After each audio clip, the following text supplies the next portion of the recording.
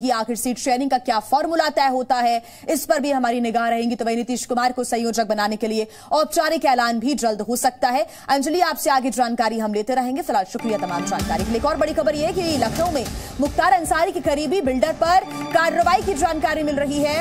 FI अस्पताल में तोड़फोड़ की कार्रवाई शुरू हो चुकी है।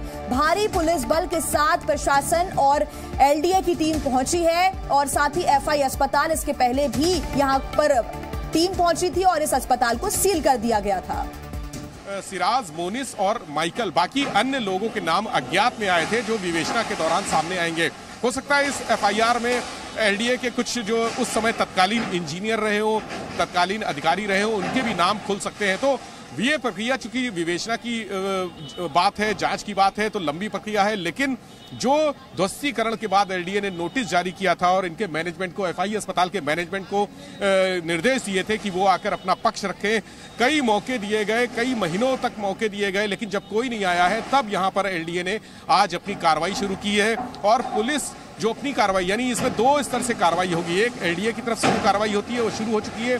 पुलिस की तरफ से उस समय जब एफआईआर दर्ज हुई थी तो मोनिस को तुरंत अरेस्ट कर लिया गया था, जबकि बाकी लोगों की तलाश जारी है। चूंकि कानून का एक प्रक्रिया होती है, कानूनी प्रक्रिया, सारी प्रक्रिया पूरी करने के बाद सिराज, मोनिस और माइकल समेत अन्य जो लोग हैं उनके खिलाफ कार्रवाई होगी। जो उनको भगोड़ा घोषित करने की कार्रवाई होती है, इनामी घोषित करने की, इनाम घोषित किया जाता है, या उनकी संपत्तियां जो एक्ट है, गैंगस्टर एक्ट या अन्य तरह के एक्ट होते हैं, वो उसके तहत संपत्तियां जब्त की जाएंगी। ये कार्रवाई अभी फिलहाल एनडीए की तरफ से, पुलिस प्रशासन के अधिकारी जो अन्य कार्रवाइयां होती हैं उसकी एक रूपरेखा मसौदा तैयार कर रहे हैं। बहुत जल्द उस पर भी कार्रवाई की जाएगी। लेकिन आज जो कार्रवाई हो रही है शहर के लिए और माफिया तंत्र के लिए एक बड़ा मैसेज है मुख्यमंत्री योगी आदित्यनाथ की सरकार का कि कोई भी माफिया पनपने नहीं पाएगा उत्तर प्रदेश में। जिस तरह से मुख्तार ने अपनी जड़ें बना रखी थी और तमाम अवैध रूप से कमाया गया धन जो था, जो दौलत थी, वो रियल एस्टेट के धंधों में लगा रखी थी, तो ये आज उसका एक गढ़ कहा जाए कि उसका एक जो प्रतीक था अवैध कमाई का, वो टूटने जा रहा है। एफआई अस्पताल बड़ा अस्पताल लखनऊ का माना जाता है और शहर के एकदम बीचों बीच कैसरबाग इलाके में ये अस्पताल है, तो इसका ध्वस्तीकरण एक बड़ा मैसेज। जी मीडिया संवाददाता विवेक त्रिपाठी लगातार जानकारी वहां से पहुंचा रहे हैं। लखनऊ की ये तस्वीरें जहां के केसरबाग में ये एफआई अस्पताल मौजूद है। कुछ दिन पहले ये इस अस्पताल पर पहुंचकर प्रशासन ने इस अस्पताल को सील कर दिया था और यहां के जो मरीज हैं उनको दूसरे अस्पताल शिफ्ट भी कर दिया गया था। आज प्रशासन की टीम लेकर पहुंची है बुलडोजर और बुलडोजर वाली कार्रवाई अब हो रही है। एफआई अस्पताल को ध्वस्त किया जा रहा है, उस पर बुलडोजर चलाया जा रहा है और एक एक हिस्ट्री शीटर, एक एक माफिया तक पहुंचने की कोशिश प्रशासन की तरफ से। वाला जो उत्तर प्रदेश में कभी किसी पुराने समय में हुआ करता था वो अब नहीं चलेगा। योगी आदित्यनाथ इसको कई बार अपने मंच से भी कह चुके हैं कि यहां पर माफिया राज खत्म किया जाएगा और उनकी लगातार इस कार्रवाई से साबित भी होता रहा है। चाहे वो मुख्तार अंसारी और उनका गैंग हो, उनके गुर्गे हो, उनके करीबी नजदीकी सहयोगी हो, या फिर अतीक अहमद और उसके भाइयों का जो गैंग था, उसके खिलाफ ये कार्रवाई लगातार की है। ये दोनों प्रदेश के सबसे बड़े माफिया थे और इनका उत्तर प्रदेश में नहीं पूरे देश के कई राज्यों तक जाल फैला हुआ था। सिंडिकेट था, एक बड़ा नेटवर्क था। उस नेटवर्क को मुख्यमंत्री योगी आदित्यनाथ की सरकार ने ध्वस्त किया है और आज मुख्तार अंसारी के करीबी सिराज अहमद, मोनिस इकबाल की बिल्डिंग गिराई जा रही है, अवैध रूप से बनाया गया अस्पताल गिराया जा रहा है। ये भी एक बड़ा मैसेज है। चूंकि इसके पहले जो कार्रवाइयां होती थी, अगर कार्रवाइयां कोई ध्वस्तीकरण का आदेश होता था तो वो कागजों में सिमट कर रह जाता था, फाइलें कई साल तक दबी रहती थी। लेकिन जिस तरह से इस मामले में कार्रवाई हुई है, 24 दिसंबर को ही एलडीए ने इस अस्पताल को सील किया था। सारे जो मरीज थे उनको बाहर निकलवा दिया गया था, खाली करा लिया गया था पूरा अस्पताल, सामान भी निकलवा लिया गया था। लेकिन जो नर्सिंग स्टूडेंट थे उनका कुछ सामान बाकी रह गया था, उसको खाली कराने के बाद 2 दिन के लिए सील खोली गई। इसको खाली कराने के बाद और चंद दिनों में ही, यानी 24 दिसंबर से आज 5 दिसंबर है आज की तारीख, इस दरमियान ये छोटी सी मियाद के भीतर इस पूरी बिल्डिंग के ध्वस्तीकरण की रूपरेखा तैयार की। एलडीए के अधिकारियों ने कई बार यहां पर विजिट किया, शासन के अधिकारियों से बात की, वहां से शासन से हरी झंडी मिलने के बाद आज यहां पर बुलडोजर पहुंचा है, ये मशीनें पहुंची हैं। एक नज़ारा बाहर से भी दिखाना चाहेंगे, कैमरा से होगी गिरीश से रिक्वेस्ट करेंगे कि वो जरा बाहर भी चले, देखें कितने लोग इस ध्वस्तीकरण की कार्रवाई को देखने के लिए यहाँ पर खड़े हुए हैं। गाड़ियां रुकी हुई हैं, जाम की स्थिति है और भारी पुलिस फोर्स यहाँ पर बुलाई गई है। कैसरबाग थाना क्षेत्र है, लेकिन कई थानों की पुलिस यहाँ पर बुला ली गई है, पीएसी के जवान बुला लिए गए ताकि कहीं से भी अराजकता हो, कोई भी कानून व्यवस्था को दिक्कत हो तो यहाँ पर हालात संभाले जा सके, व्यवस्था संभाली जा सके। एलडीए के अधिकारी भी यहाँ मौजूद हैं, सचिव पवन गंगवार हैं, अपर सचिव ज्ञानेंद्र वर्मा है, चीफ इंजीनियर है, सारे अधिकारी यहाँ खड़े होकर एक एक चीज का गतिविधि का जायजा ले रहे हैं और पूरे ऊपर यानी शासन को एक एक मिनट की पल पल की डिटेल दे रहे हैं कि कार्रवाई किस तरह से चल रही है। अब यहाँ से एक नज़ारा दिखाते हैं। देखिए, अस्पताल कुछ क्षणों पहले जो अस्पताल की स्थिति थी अब एकदम मलबे से पट चुका है, ध्वस्तीकरण की कार्रवाई जोरों पर है।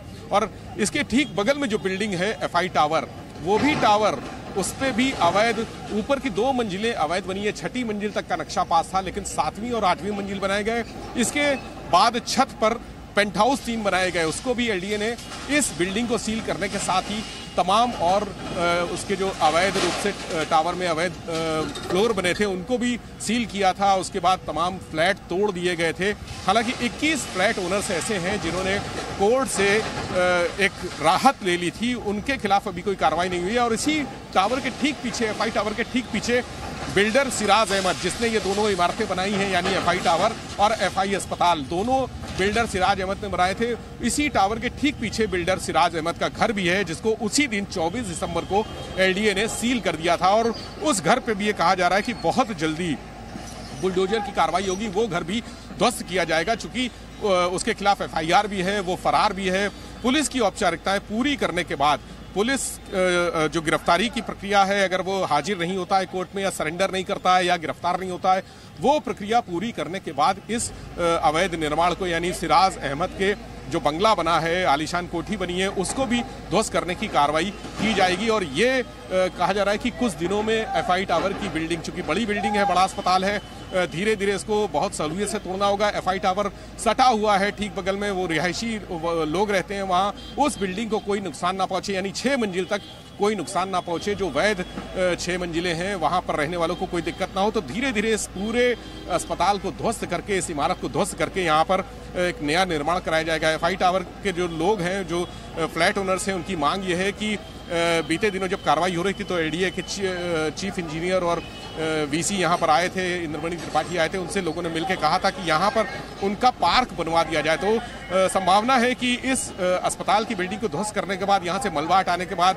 या तो पार्क बनाया जाएगा या फिर यहाँ पर कोई कम्युनिटी सेंटर इस तरह का बनाया जाएगा जिससे आसपास के लोगों को राहत मिल सके, उनके लिए एक सुविधा की जगह तैयार हो सके। ये कार्रवाई बीते दिनों एलडीए के अधिकारियों ने यहाँ के लोगों से बातचीत करके, चर्चा करके उसका प्रस्ताव बनाने की बात कही थी। आज भी कुछ देर में यहाँ पर एलडीए वीसी इंद्रमणि त्रिपाठी पहुंचेंगे। हालांकि सारे जो और अधिकारी हैं वो मौजूद हैं, वो खुद इस कार्रवाई का अवलोकन कर रहे हैं। चूंकि मामला बेहद संवेदनशील है, पिछली बार भी जब सीलिंग की कार्रवाई हुई थी तब कई लोगों ने विरोध किया था। और ये देखिए, इस जगह पर दुकानें भी हैं, ये कुछ दुकानें बनी हैं, ये भी अवैध हैं। ये कॉमर्शियल कॉम्प्लेक्स के तौर पर इसका नक्शा पास कराया गया था और ये अवैध दुकानें बना दी गई हैं। यानी अभी कुछ देर में जब बुलडोजर तोड़फोड़ करके इधर मुड़ेगा तो इन अवैध दुकानों के खिलाफ भी ध्वस्तीकरण की कार्रवाई होगी, इनको भी तोड़ा जाएगा। ये कुछ दुकानें जो इस कॉम्प्लेक्स में, पूरे परिसर में बनी हुई हैं, उनको भी तोड़ा जाएगा। और एलडीए की कार्रवाई आज सुबह 9 बजे से करीब शुरू हुई है, जो अभी लगातार चलेगी और लगातार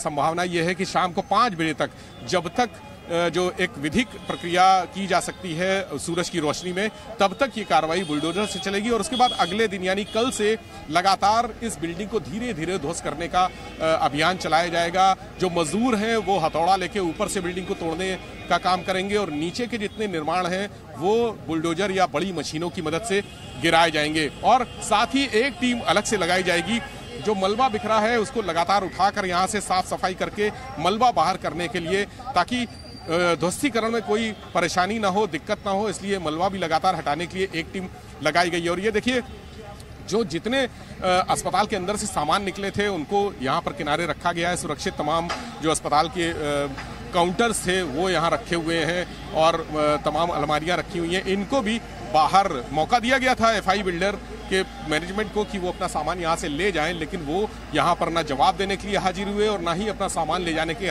लिए हाजिर हुए और उन्होंने कोई रुचि नहीं दिखाई। उसके बाद इस सामान को बाहर निकाल कर रख दिया गया था। ये अभी भी रखा हुआ है।